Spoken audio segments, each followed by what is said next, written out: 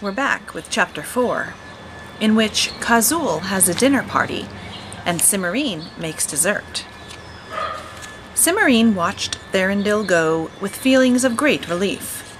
Now she had at least a month to find a permanent way of discouraging the knights, for she was quite certain that Thranduil would spread the news of her injury. She decided to put up a sign anyway, just in case, and after a little looking, she found a scrubby tree beside the path and hung the sign on it. On her way back to Kazul's cave, she noticed that the two pieces of the ledge were still invisible, and she was very careful about crossing them. She looked down once, out of curiosity, and was immediately sorry. She was not comfortable with the sight of her own feet firmly planted on nothing at all, with the sharp, spiky tops of spruce trees in full view some 50 feet below. Kazul arrived only a few minutes after Cimmerian herself. Cimmerian was looking for some thread to mend her skirts, which had gotten torn and stained while she was climbing along the ledge, when she heard the unmistakable sounds of a dragon sliding into the main cave. "Cimmerian?" Kazul's voice called. "Coming," Cimmerian called back, abandoning her search. She picked up her lamp and hurried out to greet Kazul. "I'm glad to see you're still here," Kazul said mildly as Cimmerian came into the large cave. "Morans was quite sure you'd run off with a knight or a wizard. I couldn't make out for certain which." "Is Morans the yellow-green dragon who wanted to eat me?" Cimmerian asked. "Because, if he is, he's just trying to make trouble." "I'm well aware of that," Kazul said with a sigh that sent a burnt bread smell halfway across the cave. "But things would be easier for me if you didn't provide him with any material to make trouble with. Exactly what happened?" "Well, Morwen came to visit this afternoon," Cimmerian began. "We were talking about all the interruptions I've been having, and she suggested putting up a sign." She explained why she had gone to put up the sign herself, and told Kazul in detail about her meetings with the wizard, the dragon, and the prince. "So Morwen was here," Kazul said. She sat back, and the scales on her tail rattled comfortably against the floor. "That simplifies matters. Did you bring the sign back with you?" "No, I found a tree and hung it by the path," Cimmerian said, wondering what this was all about. "In case Thranduil doesn't tell everyone about my ankle after all." "Better still," Kazul said, and smiled fiercely, showing all her teeth. "Morans is going to regret meddling." "Meddling in what?" "My business." "I'd like a little more of an explanation than that, if you don't mind giving one," Cimmerian said with a touch of exasperation. Kazul looked startled, then thoughtful. Then she nodded. I keep forgetting that you're not as empty-headed as most princesses," she said. "Sit down and make yourself comfortable. This may take a while." Cimmerian found a rock and sat on it. Kazul settled into a more restful position, folded her wings neatly along her back, and began. "It has to do with status. Dragons aren't required to have princesses, you see. Most of us don't. There are never enough to go around, and some of us prefer not to have to deal with the annoyances that come with them." "Knights," Cimmerian guessed. "Among other things," Kazul said, nodding. "So, having a princess in residence has become a minor mark of high status among dragons." A minor mark? Kazul smiled. I'm afraid so. It's the equivalent of, serving expensive imported fruit at dinner. It's a nice way of showing everyone how rich you are, but you could make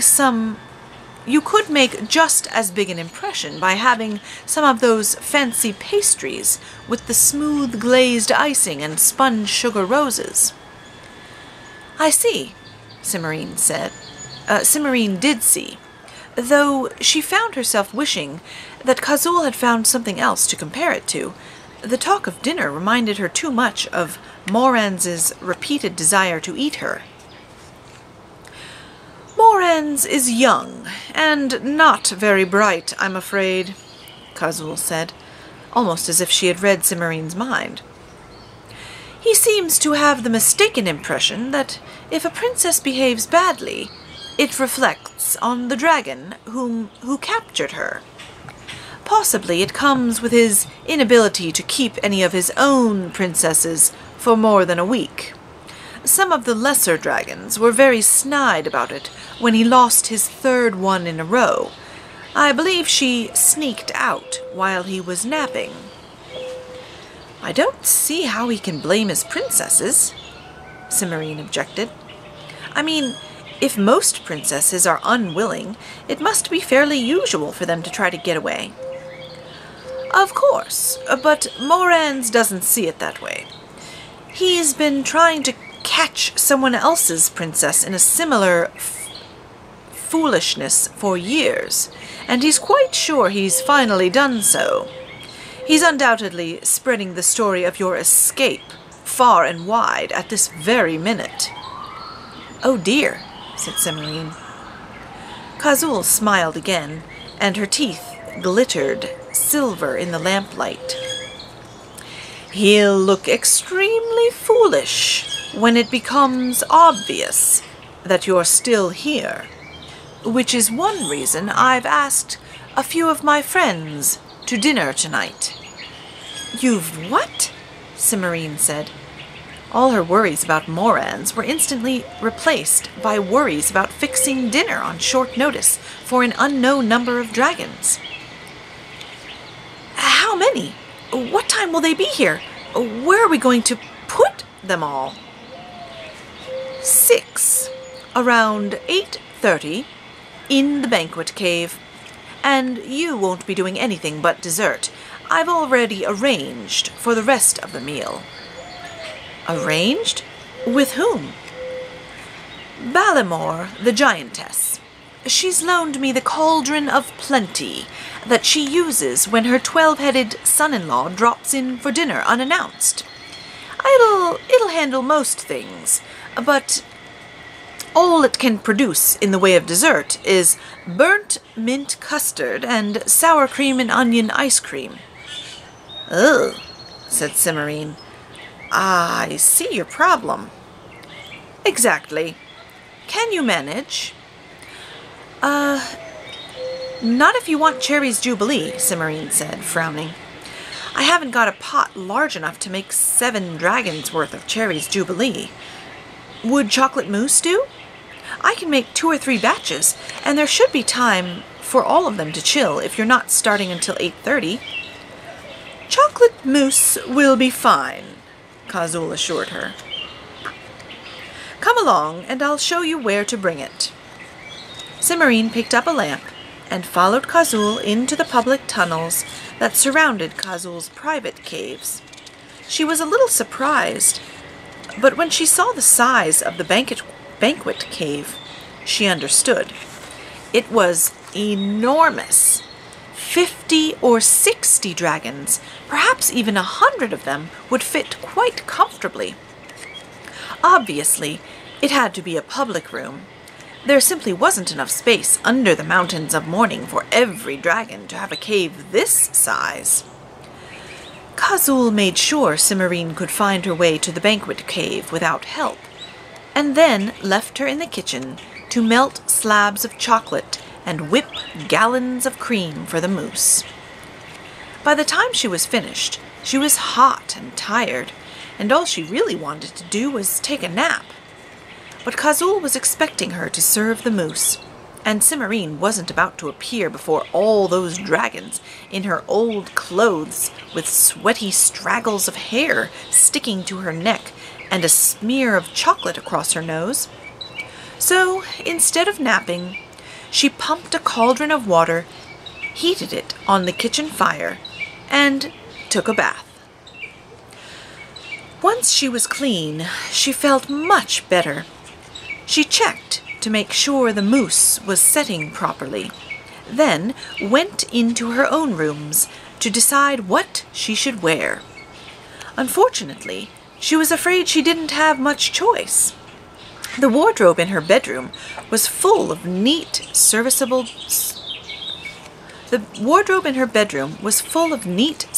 dresses suitable for cooking in or rummaging through the treasure.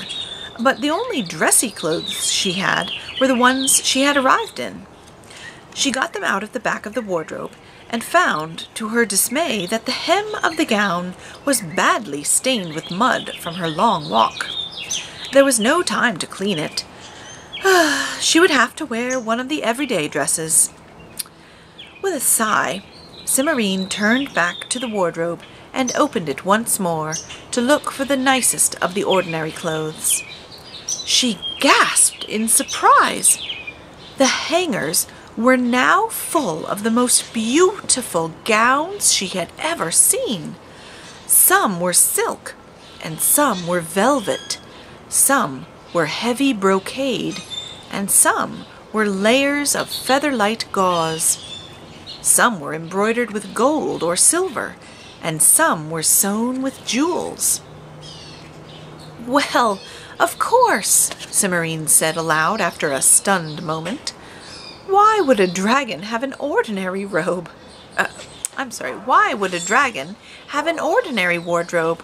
Of course it's magic. What's in it depends on what I'm looking for."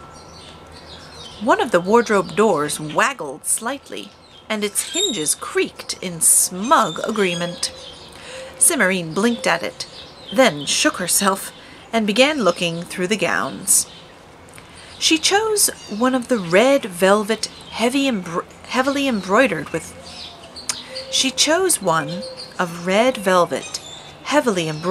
gold, and found matching slippers in the bottom of the obliging wardrobe. She let her black hair hang in loose waves nearly to her feet, and even dug her crown out of the back of the drawer where she'd stuffed it on her first night. She finished getting ready a few minutes early. Feeling very cheerful, she went to the kitchen to fetch the moose. It took Cimarine 4 trips to get the moose down to the serving area just off the banquet cave.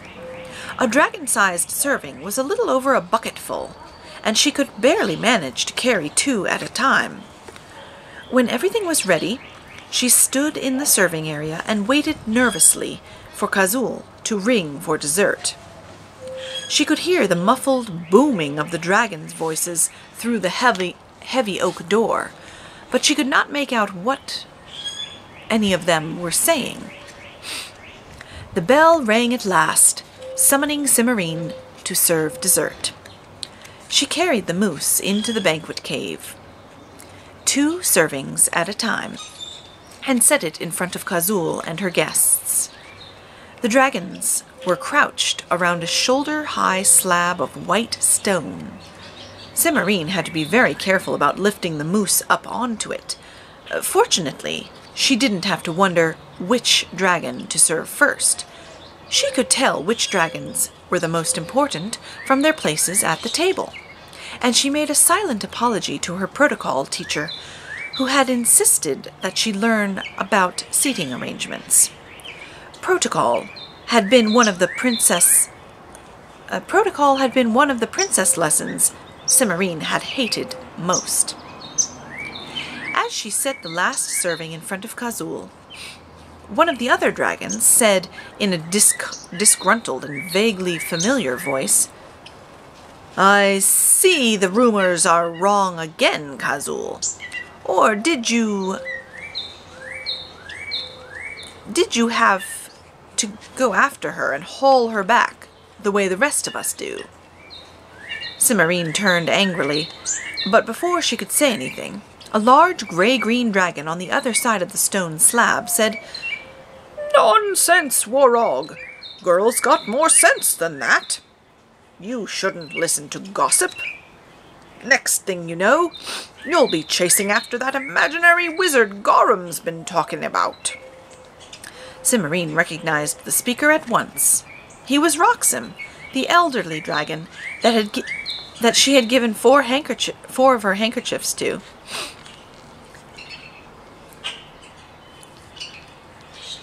"I suppose it was that idiot Morans again, trying to cause trouble," a purple-green dragon said with bored distaste. "Someone should do something about him."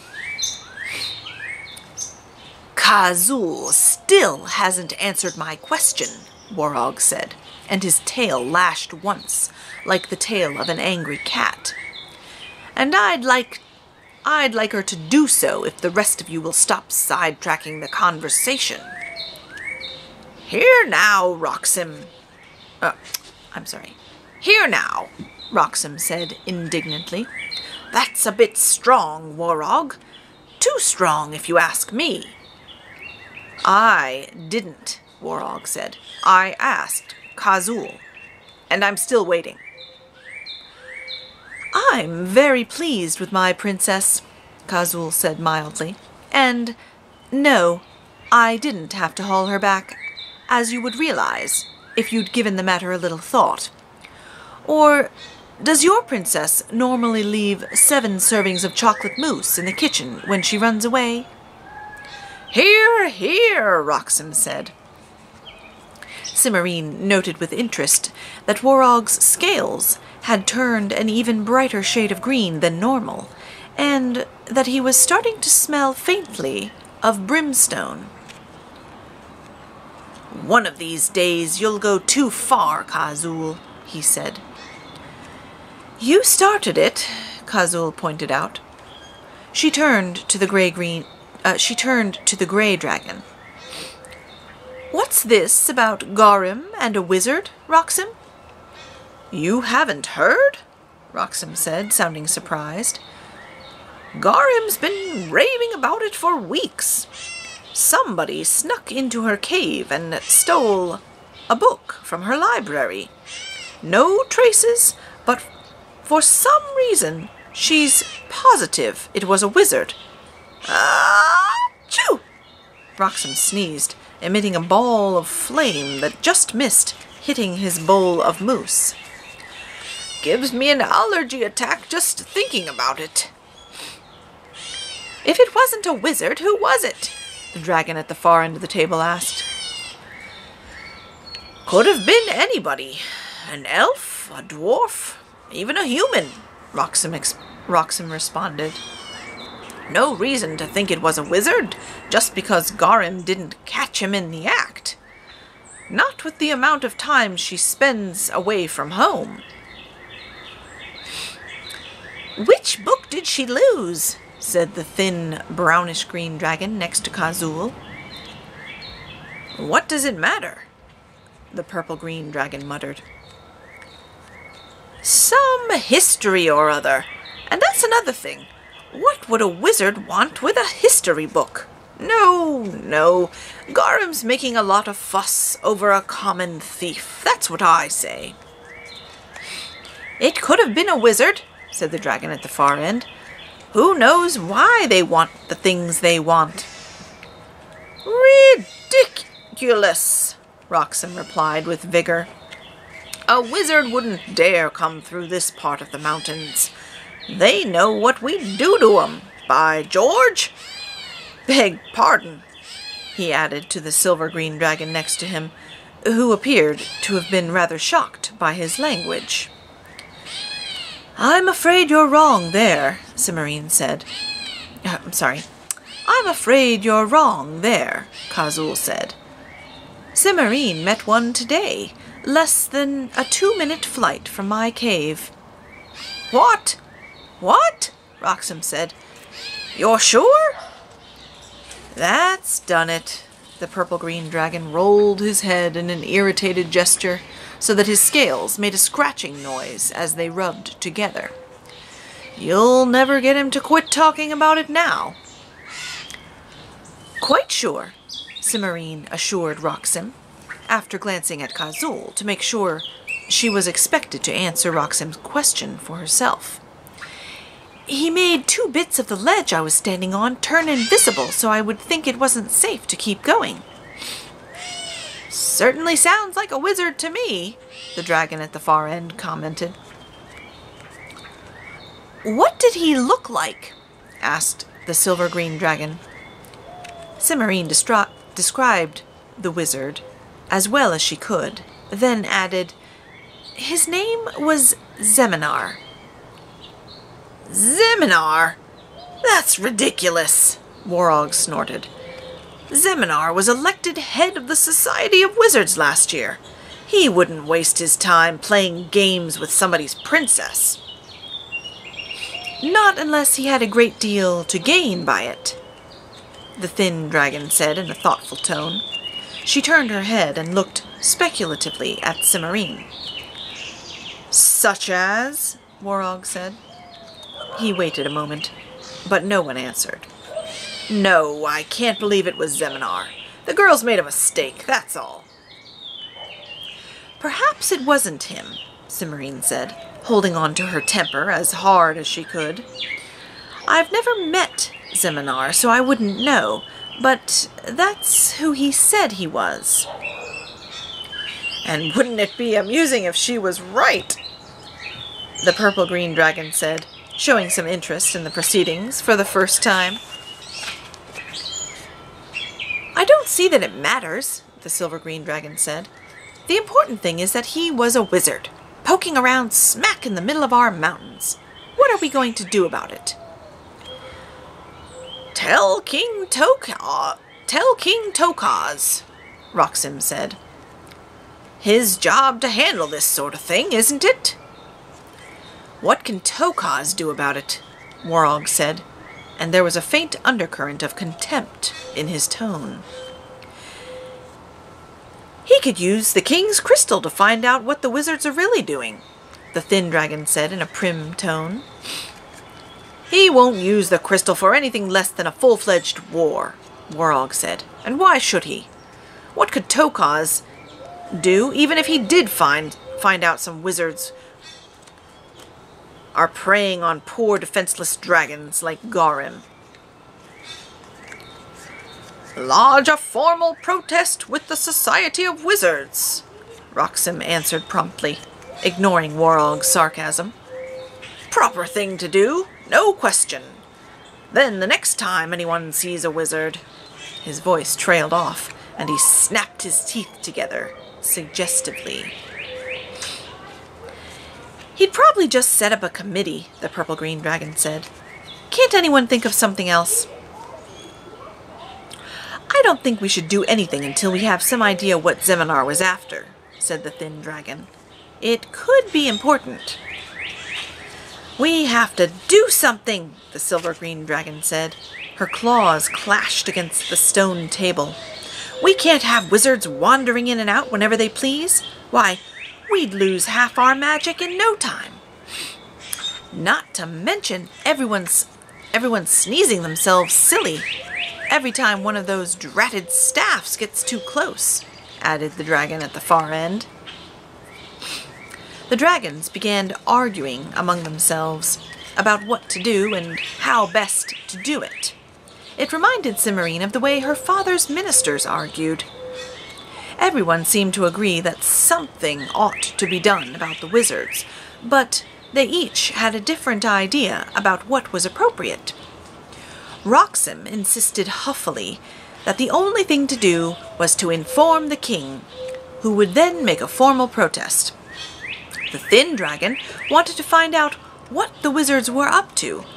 She didn't say how this was to be done, before anyone tried to chase them off. The silver-green dragon wanted patrols set out immediately to eat any wizard who ventured into the Mountains of Mourning. The dragon at the far end of the table wanted to attack the headquarters of the Society of Wizards the following morning, and the purple-green dragon thought it would be most entertaining to see what the wizards did next. Warog was the only one of the guests who did not have a proposal, though he made occasional comments, usually sarcastic ones, about everyone else's suggestions. Kazul did not say anything at all. Cimarine was at first surprised, and then puzzled by her silence, since Kazul was the one who had set the whole discussion going to begin with. As the argument grew more heated, however, Cimarine began to be glad that there was at least one dragon present who was not involved in it. The dragon at the far end of the table was starting to breathe little tongues of fire at the purple-green dragon, and Roxham was threatening loudly to have another allergy attack. But Cimarine was fairly sure that Kazul would stop the discussion before things got completely out of hand. She was right. A moment later, while the dragon at the far end was taking a deep breath to continue arguing, and the thin dragon was winding up a long, involved train of logical reasons why her proposal was the best, Kazul said, "Thank you all for your advice. I'll certainly think about it before I decide what to do." "What do you mean by that?" the thin dragon asked suspiciously. "It was my princess who met the wizard," Kazul pointed out. "Therefore, it is my decision whether to report the matter to the king, or to take some action on my own, or to ask for cooperation from some of you." None of the other dragons appeared to like hearing this, but to Cimarine's surprise, none of them gave Kazul any argument about it. The dragon at the far end of the table made a few half-hearted grumbles, but that was all, and the conversation turned to the intricacies of several draconian romances that were currently in progress. As soon as her guests appeared to have calmed down, Kazul gave the signal for the empty moose dishes to be taken away. So Cimarine only heard a few incomprehensible snatches of the new conversation. She did not really mind. She had plenty to think about already. So next time, we move on to Chapter 5, in which Cimarine receives a formal call from her companions in dire captivity.